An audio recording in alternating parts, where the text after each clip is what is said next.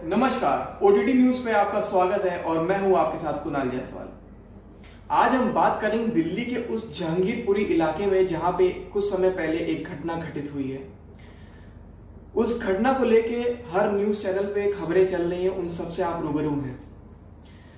आज कुछ भ्रामक तथ्य वगैरह फैल रहे हैं सोशल मीडिया अकाउंट्स पे, जिनको क्लियर करने के लिए आज हम ये वीडियो बना रहे हैं।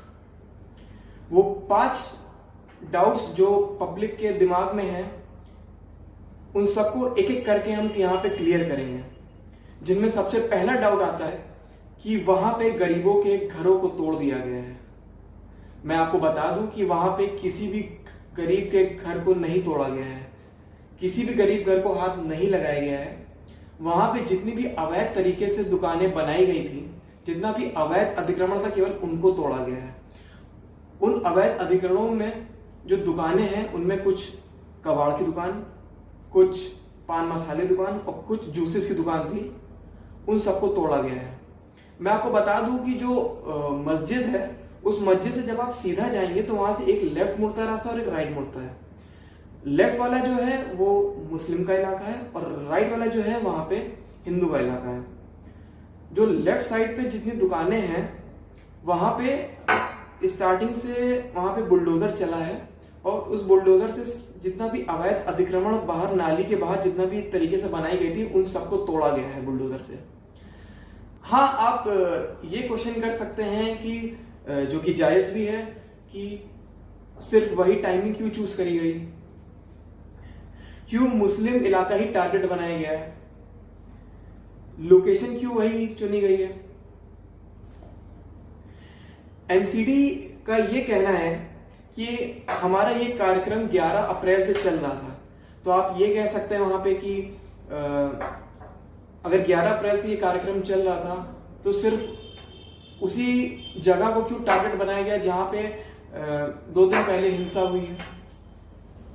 दूसरा सवाल ये उठता है कि यहाँ पे हिंदू वर्सेस मुस्लिम का मामला है। देखिए, मैं आपको बता दूं, ये सवाल इसलिए उठ रहा है क्योंकि उस चौराहे से जो लेफ्ट साइड जो मुस्लिम का इलाका है, वहां पे बुलडोजर चलाई गई, लेकिन ऐसा कुछ भी नहीं है।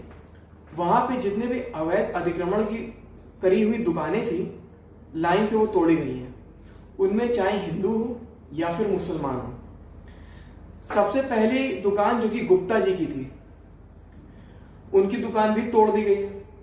उसके सामने एक झा साहब थे जो कि बिहार के रहने वाले हैं, उनकी दुकान भी तोड़ी गई है। तो इसमें आप ये नहीं कह सकते हैं कि यहां पे केवल मुसलमानों को टारगेट बनाया गया है। इस अवैध अतिक्रमण की कार्यवाही को लेके हिंदू और मुस्लिम दोनों ही की दुकानें तोड़ी गई हैं। तीसरा सवाल ये आता है कि सिर्फ मस्जिद क्यों तोड़ी गई, मंदिर क्यों नहीं तोड़ा गया।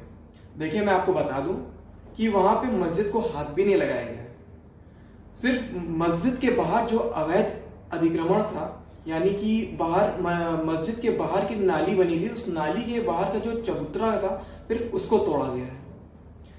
और मंदिर को इसलिए नहीं तोड़ा गया है क्योंकि वो बुलडोजर मस्जिद के बाहर अवैध अतिक्रमण के बाद जितनी भी दुकानें थी जो कि अवैध तरीके से बनाई गई थी, उन सबको तोड़ते हुए जब वो आगे बढ़ रही थी, मंदिर तक पहुंच रही थी, तो वहां पे मंदिर के पास एक बैरिकेडिंग पुलिस की लगी हुई थी। वो बुलडोजर वहां तक पहुंच ही रहा था कि वहां पे वृंदा करार वहां पे पहुंची थी, सुप्रीम कोर्ट का लेटर लेके उसमें आधिकारिक कार्यवाही को रोकने का आदेश दिया गया था, यथास्थिति बरकरार रखने का आदेश दिया गया था। चौथा सवाल यह है कि पहले से नोटिस नहीं दिया गया। इस बारे में हम लोग की एमसीडी से बात हुई है। एमसीडी का यह कहना है कि हम जब किसी मकान को गिराने के लिए जाते हैं, किसी मकान को तोड़ने की कार्यवाही करने अगर जाते हैं, तो हम पहले नोटिस देते हैं। लेकिन हम किसी भी अगर अवैध अतिक्रमण करी हुई जगह को अगर हम तोड़ने जाते हैं, तो उसके लिए नोटिस की जरूरत नहीं होती है, हम लोग डायरेक्ट उसको तोड़ सकते हैं। पांचवा सवाल उठता है बांग्लादेशी रोहिंग्या मुसलमानों को लेके। देखिए, इसकी एक बहुत बड़ी कहानी है जो कि मैं आपको बताता हूं। 70 के दशक में जब इंदिरा गांधी का शासन था, उस समय उनको दिल्ली की देखभाल करने का कार्य दिया गया था, जिसमें उन्होंने वो कार्य अपने बेटे संजय गांधी को सौंप दिया गया था। उस समय बांग्लादेश से बहुत से लोग पलायन कर रहे थे और हिंदुस्तान में शरणार्थी बन के आ रहे थे। जैसा कि भारत में आधार कार्ड, पैन कार्ड बनना बहुत आसान है, यहाँ पे भ्रष्टाचार वगैरह बहुत ज्यादा है, जिस चक्कर में आधार कार्ड, पैन कार्ड बहुत आसानी से बन जाता है।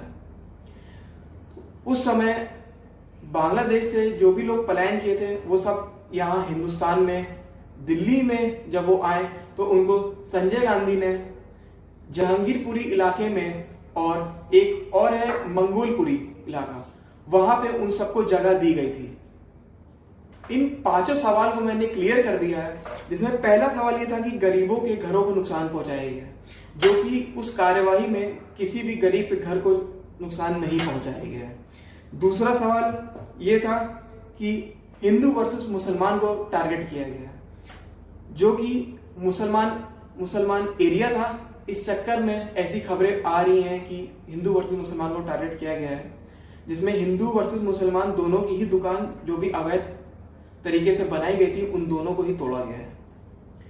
उसके अलावा मस्जिद को तोड़ा गया है और मंदिर को क्यों नहीं तोड़ा गया है, उसके लिए भी हमने आपको बताया कि मस्जिद को नहीं तोड़ा गया है, उसके बाहर बने अवैध अतिक्रमण को तोड़ा गया है। वहां से जब बुलडोजर जितने भी अवैध दुकानें उनको तोड़ते हुए जब आगे मंदिर की तरफ बढ़ रही थी, तब तक कि वहां पे सुप्रीम कोर्ट का ऑर्डर आ चुका था और उस ऑर्डर लेटर में लिखा हुआ था कि उस कार्रवाई को रोक दी जाए, यथास्थिति बनाए रखें। चौथा सवाल ये है कि नोटिस नहीं दिया गया।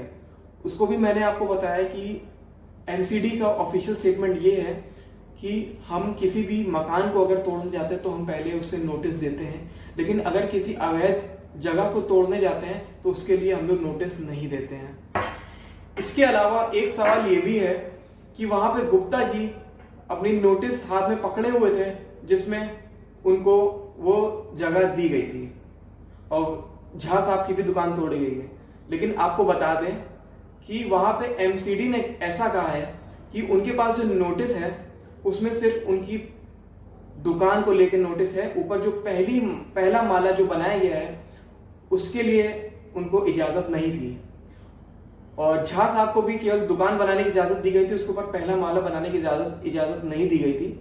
और जो बुलडोजर चला है वो केवल पहले माले पे चला है, झा साहब की दुकान पे भी और गुप्ता जी की दुकान पर भी।